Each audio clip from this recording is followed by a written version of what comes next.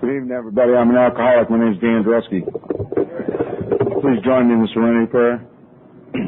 God, grant me the serenity to accept the things I cannot change, the courage to change the things I can, and the wisdom to know the difference. Amen.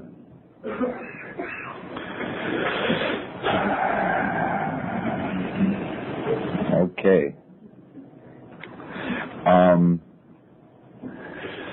My sobriety date is May 10th of 1991. My home group is Club Friday, and I have a sponsor. And for the first time in my life, I started doing what I was told. And when I started doing that, I didn't find it necessary to pick up drugs or alcohol since that time. And what I'm going to give you in the beginning is my story, and everything else after I put down the drink is things that I've learned here, and I can't take credit for any of that. I give all the credit to you people in this program. So, fasten your seatbelts and hold on.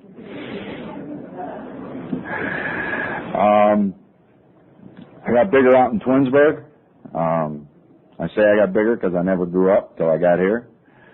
I'm one of 6 children, and I was raised in the turbulence of my father's disease, who was raised in the turbulence of his father's disease, and all the way back in my family, as far as I know, alcoholism has been a problem. That's not why I'm alcoholic. For those of you who are new and don't really understand it, there's huge controversy in this program, whether it's hereditary or not, and it really doesn't matter. There are people who have alcoholism in their family here and there. There's people who are in this program that can't find it anywhere. So you do with that what you want. That's not really important to me. Today, what's important to me is that I know that I'm an alcoholic. And for me to remain in recovery, I have to do exactly what you people have told me to do. And that's what I try to do.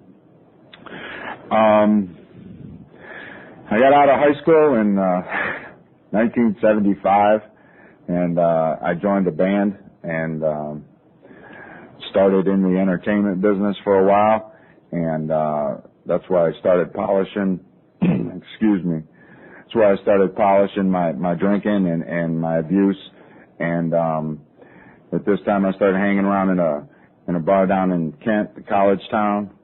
It was a nice little place called Filthy McNasty's, and it's not as bad as it sounded. It was a really nice place, and I've been pretty much this size for most of my life, and as soon as I got down there, they let me be part of the bounce team, and things were good. I'm not one of them people who could stand up here and tell you that I was alcoholic the first time I drank. I had a lot of fun out there.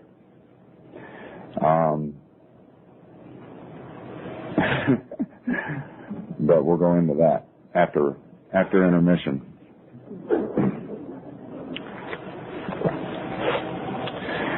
So I met my first wife down in Kent in a bar, and she was a pretty little thing, and she partied just like I did, and I thought, what better reason, and we hooked up, and we moved in together after a couple of months, and a couple of months after that we were married.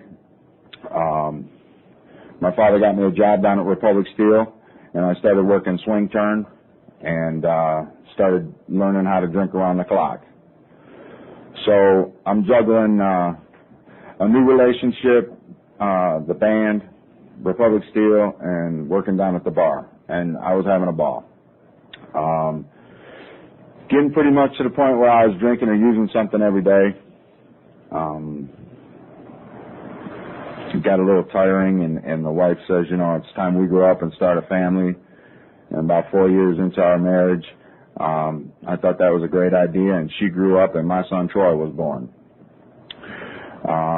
For those of you who don't have children, believe me, they're a gift from God.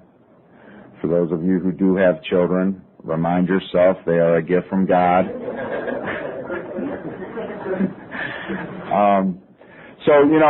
He's born, and I'm at the hospital, and I'm beating my chest, and I'm passing out cigars, and I'm jumping up and down and hooting and hollering in the hallways, and I'm just happy as all get out, and I go after visitation, I go to the bar and I proclaim that I'm a new dad, and people started buying me drinks. I thought that was a real good thing. So the next day I went to a different bar and proclaimed that I was a new dad, and people started buying me drinks. And the next day I went to another bar, and so on and so on, and I had 12 kids that month.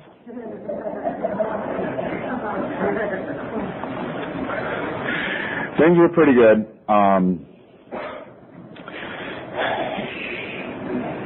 Things weren't all that good. But of course I didn't see it.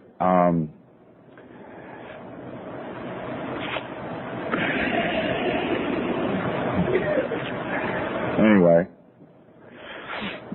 time rolls on and the band fell apart because we all were getting pretty liquored up while we were trying to do our jobs, and it's pretty tough to entertain a room full of people when you got 6 drunks on the stage all doing something different.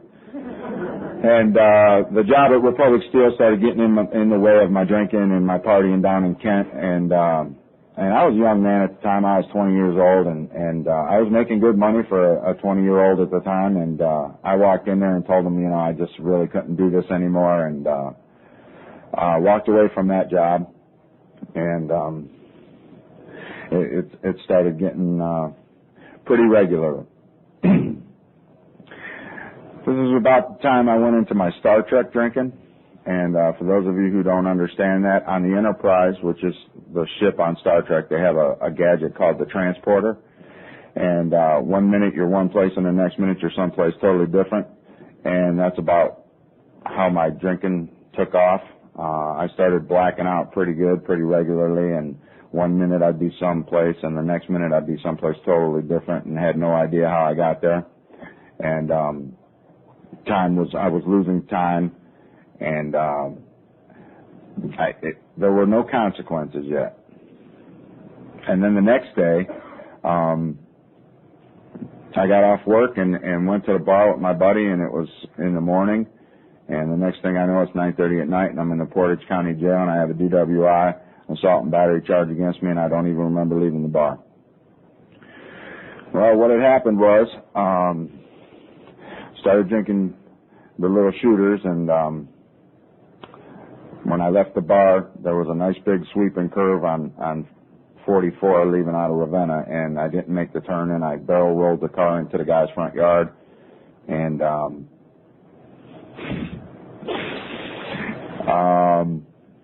that weekend cost me a lot of money. It was the first time that consequences actually took hold, and I just blamed it on my bad luck. I really didn't put 2 and 2 together. The wife got a little tired of the antics, and she decided that she was leaving, and she took my son and left. And for those of you who've never been divorced, let me explain the pleasures of divorce court to you. You have child support, and you have total strangers telling you when you're allowed to see your own children, and I couldn't understand how she could do this to me. It was all about me. It was always all about me. So I'm seeing my son and paying child support, and I take him home one day after visitation, and the ex-wife comes out to the car and asks me when I bought a pool table.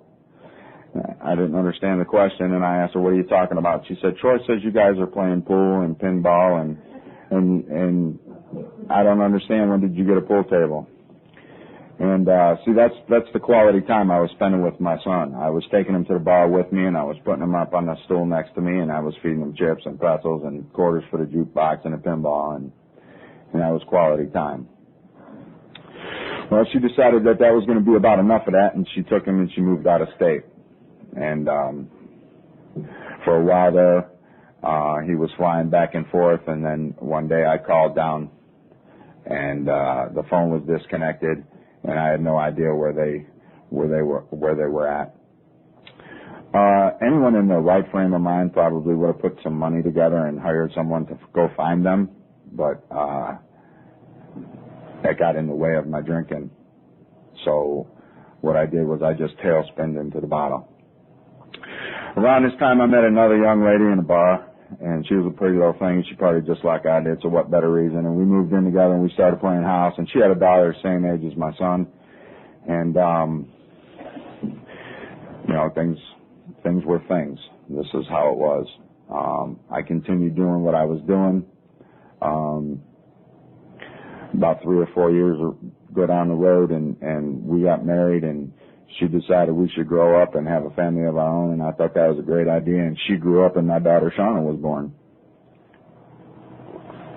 Same scenario, I don't have to repeat it. I had 12 daughters that month, and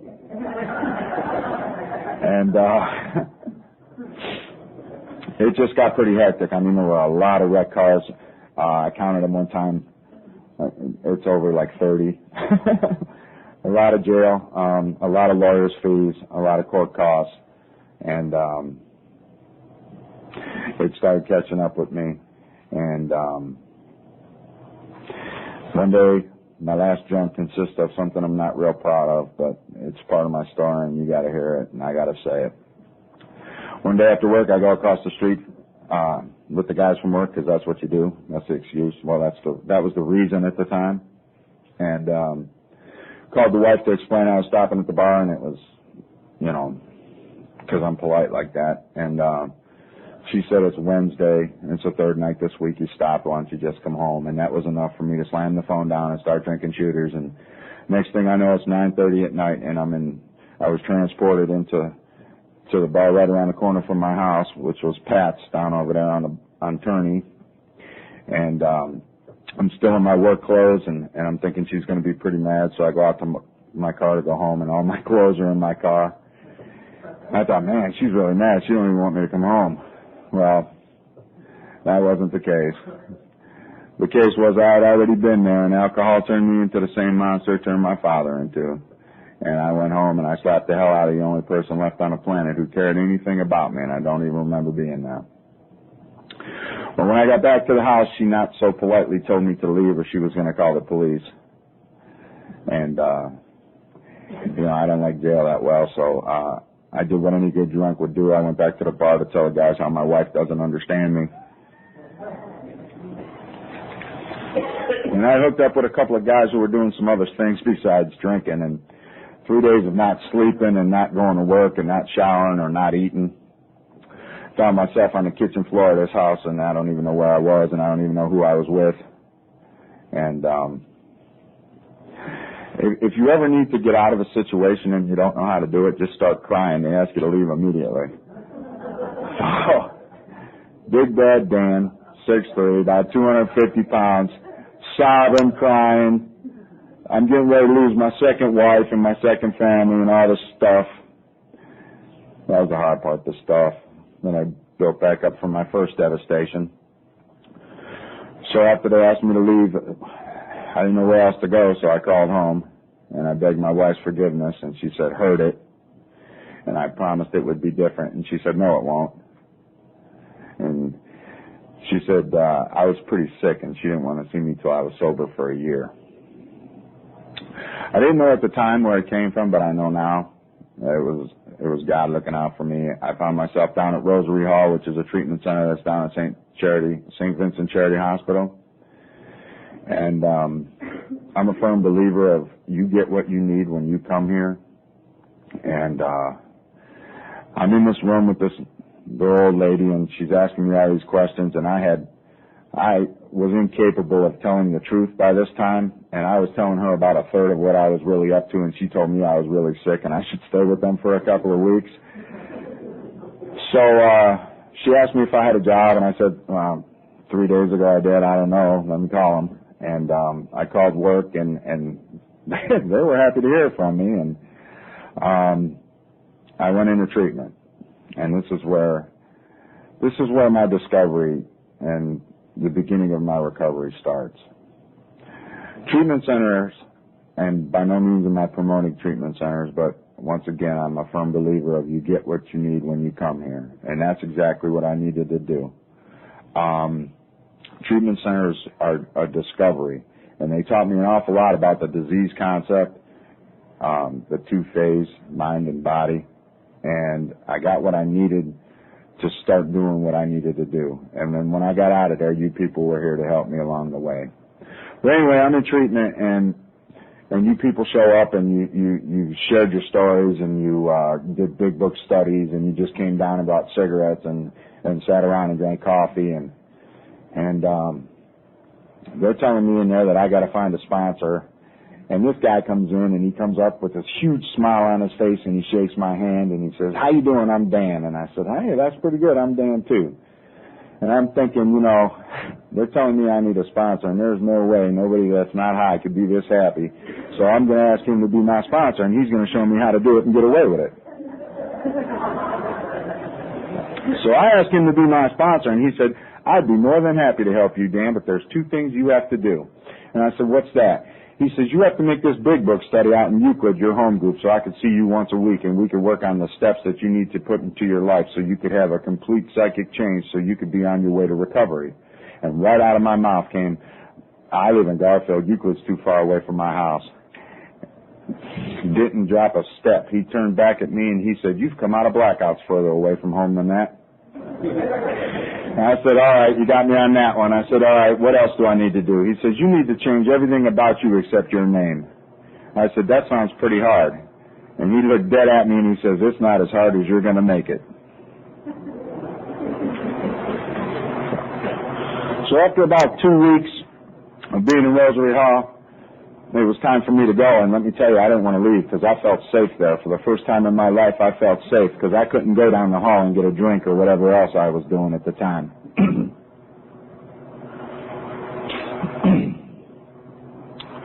My wife let me come home. She said it was like I had a brain transplant.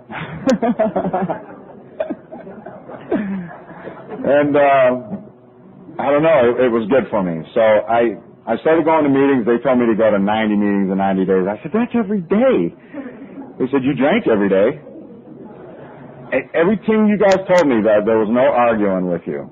And I tried. Let me tell you, I tried to argue with you. So I'm going to meetings, and I'm going on this side of town because I was living, as a matter of fact, right across the street down here.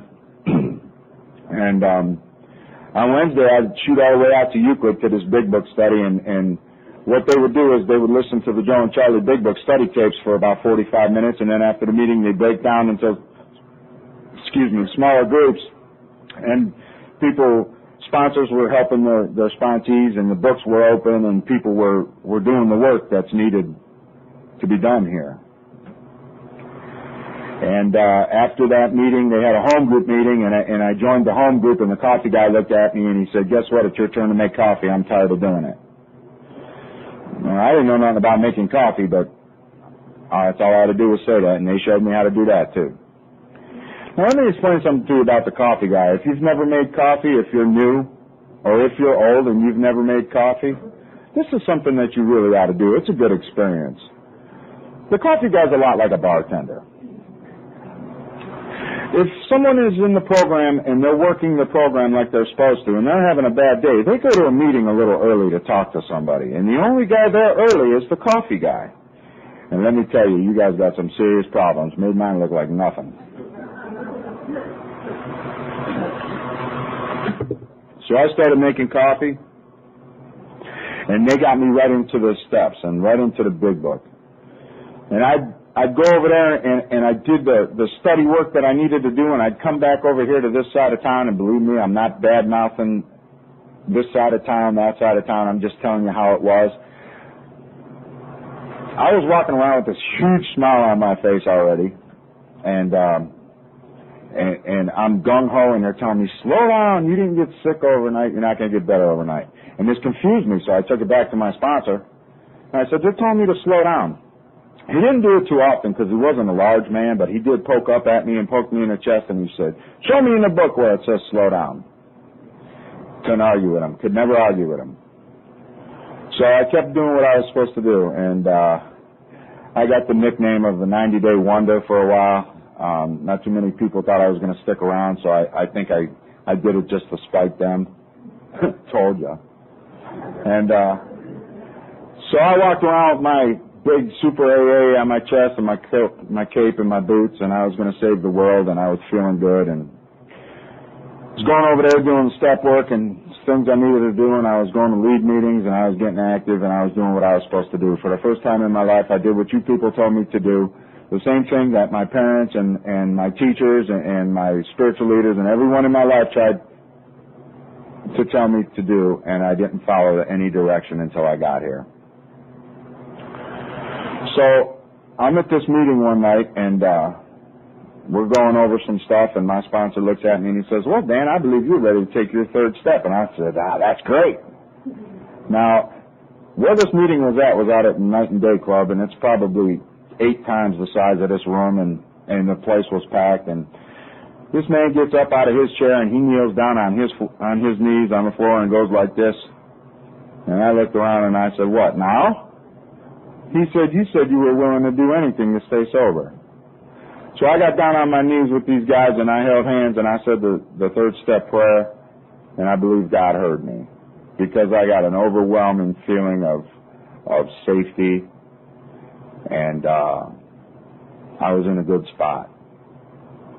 Got up off my knees and he put me directly into work into the fourth step, because there's no slowing down, he told me. He said, "You don't wait to feel better to do the steps. The steps is the medicine. You do the medicine and you feel better." So I did exactly what they told me to do. After about 3 months, my sponsor decided it was time for me to go down to Rosary Hall and start working with new people, and he told me that's what I was going to do, and I told him I didn't think that I was ready to do that, because what did I have to share with these people? I'm only sober for 3 months. And he told me that I had 3 months longer than they did, and it was my responsibility to go down there and talk to them. And once again, I did exactly what I was told, and I started a big book study down at Rosary Hall that I continue to do every Sunday for 3 years. Anyway, going to meetings every night, I come home and my wife looks at me and she says, "You know, you might as well still be drinking. You're never home." I took this to my sponsor and I said, "There's no pleasing her. I can't get it. I don't know what to do.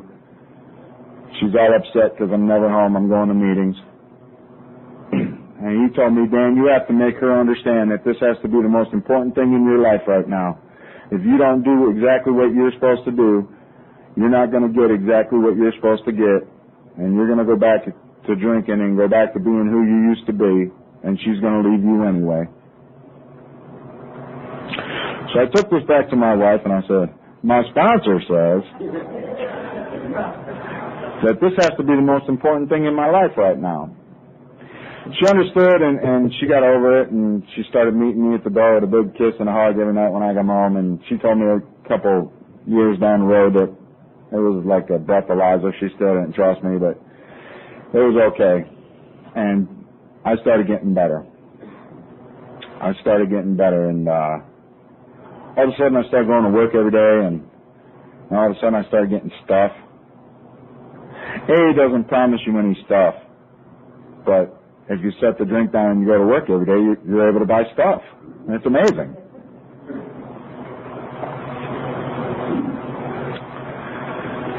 I'm sober for a year, and my son calls me out of the blue. It was a gift from God. He gave him to me once. He gave him back to me. He was 14 years old, and he was living in West Virginia. And he called me up out of the blue, and we got a relationship back going together, and I was able to make amends to his mother, and I was able to, let me see if I could put this the right way. You people taught me forgiveness and not to hold resentments and stuff like that.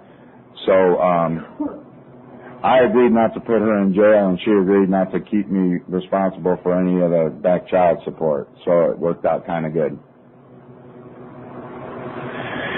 And my son came to see me the summer that he got out of 8th grade, and when he got here, he decided he wanted to stay here. So I went right and got a lawyer and made that happen. And it was good, you know, and it's only because of this program, and I got sober. But he was used to being down south, and that's where he was raised, and he was in West Virginia and Georgia, and he'd come home and he'd want to go hunting, and they frown on discharging firearms and Garfield rights. And he really didn't fit in up here because, he had that real West Virginia twang in his voice, and like Okie got, and And they called him West Virginia, and he went through his freshman year here, and then he said, Dad, I got to go. I just don't fit here. So he went back to live with his mom. And I was good with that. I stayed sober. You know, I brought this to you people, and you told me, well, you know, that's life. You have to deal with it.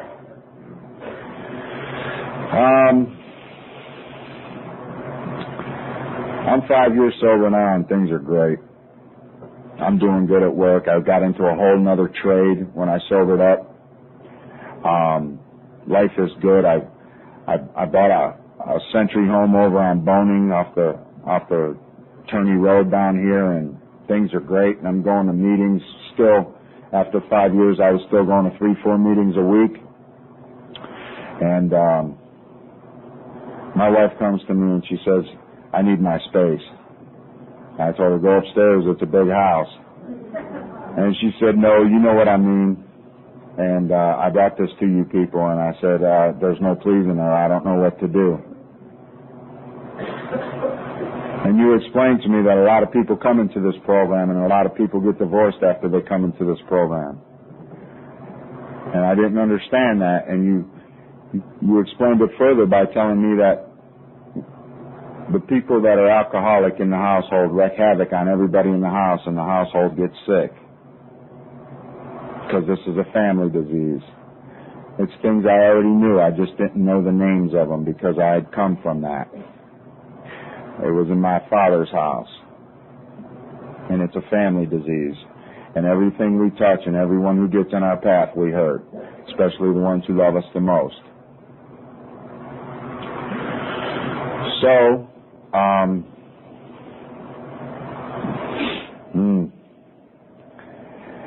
I started going through a divorce and sobriety. And it was pretty tough because I was there for this one. I was conscious for this one.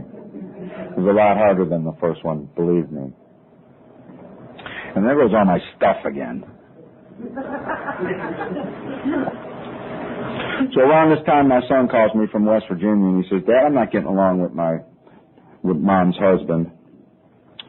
And Graham lives over in the next city, but it's out of the school district, and if I get a job, will you help me get a car so I could go to school with all my buddies? And I was like, Troy, no problem.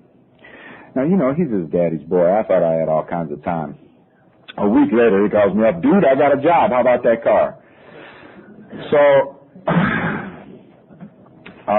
I get him a car, and around this time, I met another young lady, and she parties just like I do. She drinks coffee. She's not in the program, though. Here to find out, when she was 18, 19 years old, she got drunk a couple times, got sick, set it down, never touched it again. Go figure. I don't get it. But anyway,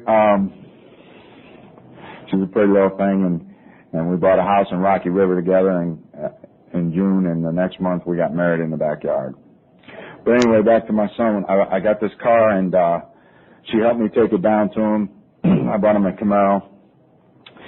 And when I got there, I did the dad thing, you know. I said, Troy, if this car ever leaves the driveway going to school and don't get there, or if you ever drink and drive in this car, I'm going to come down here with a baseball bat and start on the car. Now, I drank and drove for years. Terribly. One eye closed, hanging out the window with the radio full blast so I could see.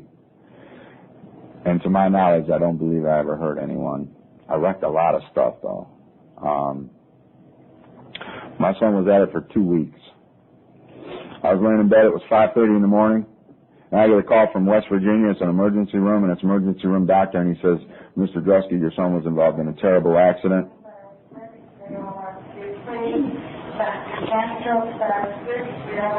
And he's burned third degree over 30% of his body, and we're life-flighting him to the West Penn Hospital. And I was devastated. And I jumped in my truck at 5:30 in the morning, and I got on the Ohio Turnpike, and I'm flying down the road, and I'm screaming at God because I don't understand how this could happen. How is this happening? And I brought this to you people afterwards, and a very good friend of mine told me, you know what, Dan, I never got drunk when my mom was drinking. And Troy never got drunk while I was drinking. Troy got drunk while Troy was drinking. And what had happened was him and a couple of buddies got all hopped up, and they were out in his new car, and they were doing donuts and hole shots, and they hit a gas meter, and the car caught fire and it exploded, and the other boy in the front sustained a couple of broken bones and cuts, and Troy got burned real bad, and the boy in the back died. They didn't tell me that till I got to the hospital. I beat the white flight there. It's amazing I'm not in jail. So when Troy gets there, he's hooked up to all these wires and bells and whistles, and he's unconscious. He's in a coma, and he was in a coma for 3 days. And I stayed next to his bed, and me and God talked for a long time. And I was getting pretty squirrely, and you people came to West Penn Hospital, and you held me up. He comes out of a coma, and he still can't talk because he's got all this stuff in his mouth, and I give him a paper and pencil, and his first question was, what happened? And I said, Troy, you were involved in a really bad accident. And like a good little drunk, his next question was, am I in trouble?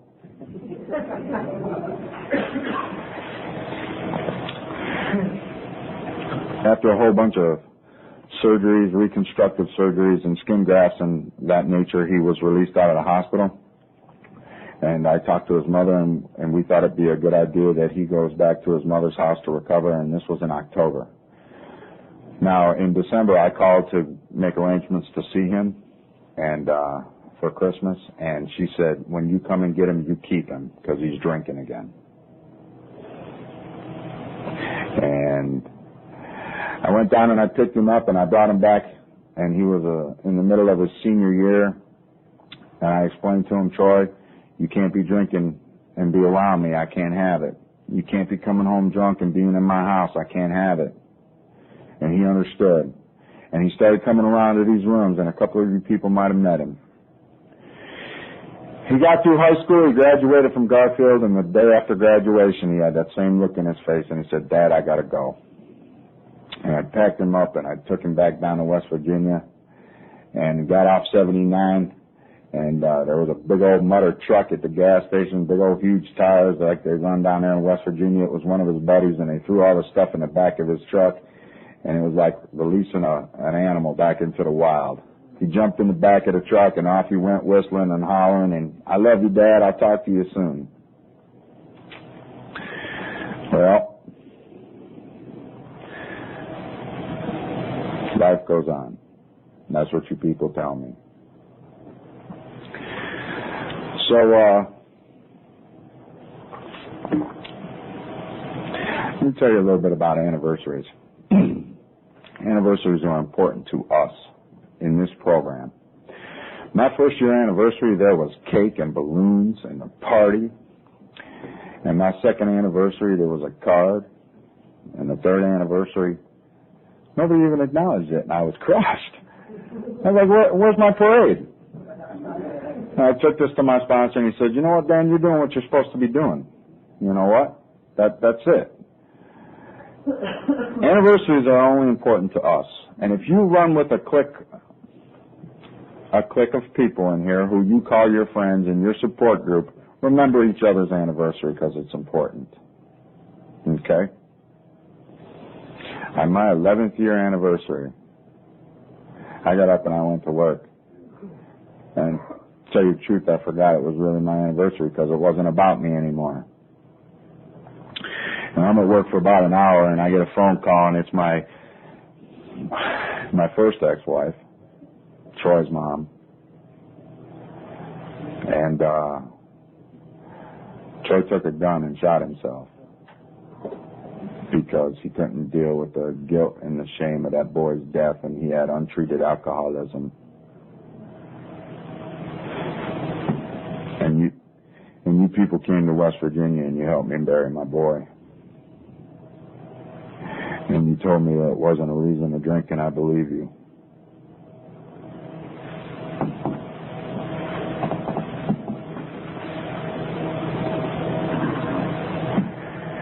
So, That's my story. Let me wrap it up with a few little stories that I heard in these rooms that are very important to me. Well, one actually I didn't hear in this room. We lost a lot of people that year, and at one of the funerals, I don't remember which one it was, but we were standing graveside, and the priest or the preacher or whoever it was gave me something that I remember to this day. He said, I need you all to look around here, and I need you to tell me what it is you believe each and every one of us had in common. I had no clue what he was talking about, because we were men and women, and we were black, and we were white, and we were young, and we were old, and what could we all have in common? And he said, every single one of us have one thing in common. When God puts us on this planet, there's a date forged. And when we leave this planet, there's another date, and it's etched in stone. And in between those 2 days is a little dash, and that's your life. And that's what we all have in common, is our dash. And I'd like to think that the rest of this time on this planet is my time to polish my dash. Because when I go to stand in front of my God, I want to be proud of that dash. And I'd like to thank each and every one of you for being part of it. I'll wrap up with this one, and of course it's something that it's not mine. I heard it in these rooms. And it's about turning your life over to the care of God. And there's a little boy, and he's playing outside, and his dad's in the den doing his bill work for the month, and the little boy runs in the house, and he says, Dad, will you come out and play with me? There's nobody to play with. And the old man looks at him and he says, I really got to take care of this. I'll be out in a little bit. And the little boy goes back outside, and about 10 minutes later he comes back in the house. He says, Dad, come on out and play. The sun's shining, the birds are singing, there's nobody to play with. And his dad said, look, I told you, I really got to take care of this. I'll be out in a little bit. So the boy goes back outside, and 5 minutes later he comes back in, he's in tears. He says, Dad, come on, come throw the ball with me. There's nobody to play with. So the old man reaches up on the shelf, and he pulls the book down, and he flips through the book, and he finds a page with the picture of the world on it, and he rips the page out of the book, and he tears it up into little pieces like a puzzle. And he hands it to his son, and he says, you go outside and put the puzzle of the world together, and when you're done, I'll come out and play with you. And the kid said, all right. And he turns and he walks out, and his dad thought he had all kinds of time. A few minutes later, he comes back in, and he says, Dad, I did it, come on. And his dad was amazed. He said, how did you do that? He said, I turned it over, and there was a picture of a man, and when I put the man together, the world fell into place. Please join me in the Lord's Prayer.